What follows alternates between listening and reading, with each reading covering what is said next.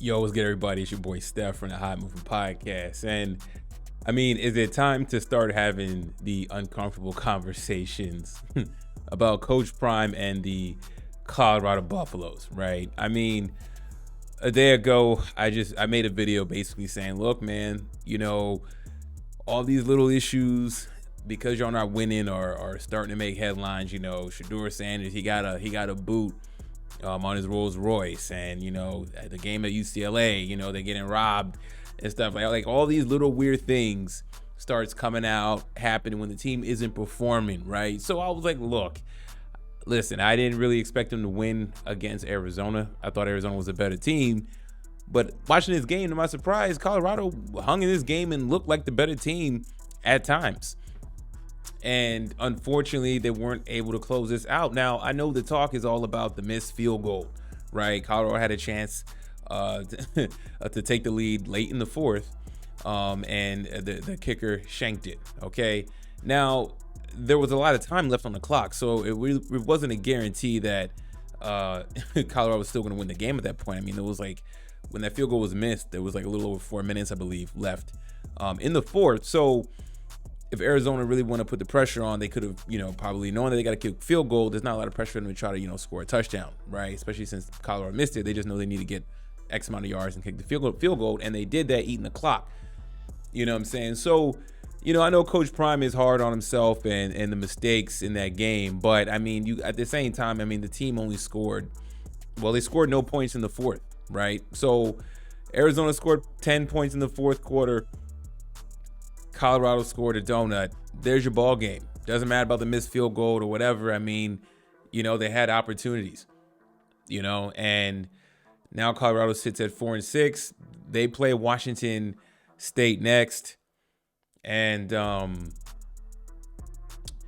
think, and then they play Utah. So it's gonna look like a 4-8 season, right? Now, if you're looking at last season, because it won one game, okay, technically this season was a success, but with the amount of talent this team has, and to go on a 4-game losing streak currently, and possibly end the season on a 6-game losing streak is not good. Now, the only thing good about this game is that they played competitive, right? They didn't get dog walked by Arizona. Arizona was on a 3-game win streak against ranked opponents.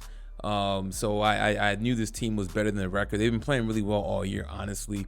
They just, of course, just football, bounce the ball here and there, some key mistakes. They lost some games early on, right? But they found a way to be ranked still. So they're one of the better teams, definitely one of the better teams in the Pac-12.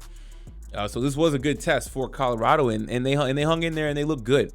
If this was the version of Colorado they played like this earlier, then maybe they could have won a few more games, probably, 5, 6, 6-8 win type of season, right?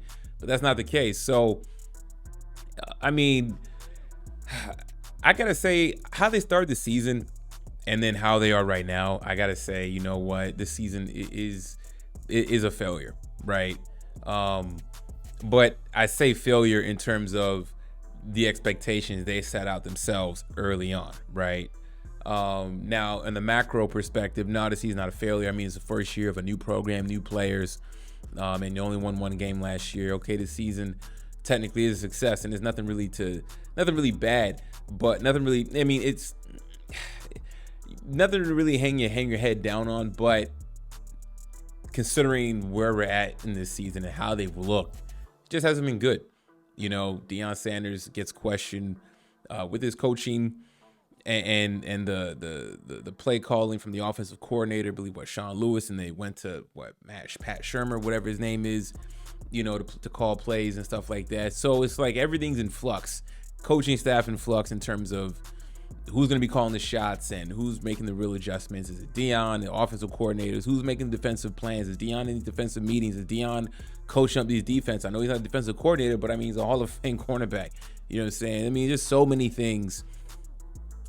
With this team, they caught lightning in the bottle early in the year. It looked very promising. Reality set in. Even when reality was setting in that this team still doesn't have the talent to compete with the upper echelon in college football and just within the Pac-12, still, you blew that game against Stanford. Okay, And you're on a 4-game losing streak. You know what I'm saying? I mean, just not good. I mean, the game against Oregon, you weren't really in that game, honestly. The game against UCLA, just disappointing. I know that penalty against Deion Sanders. Yeah, I mean, just not good. Not good at all. So Deion got his work cut out for him next season. You know, he talks a lot about just getting a new O-lineman and getting guys in the transfer portal. Okay, that's one ingredient. But what are you gonna do with the coaching staff, right? So overall, it's a tough loss for Colorado to not kick that, to miss that field goal, and then for Arizona to march down, eat up the clock, and win the game.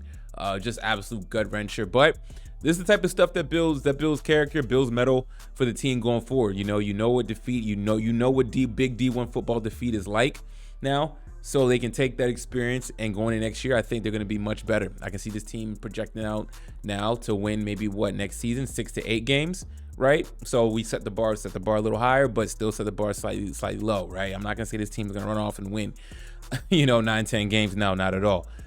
So next season, 6 to 8 wins. We will probably see the team next year that we should have seen this year, probably. So yeah. Anyways, guys, let me know what you think about all this. Thanks for listening. Please like, subscribe. I'm out.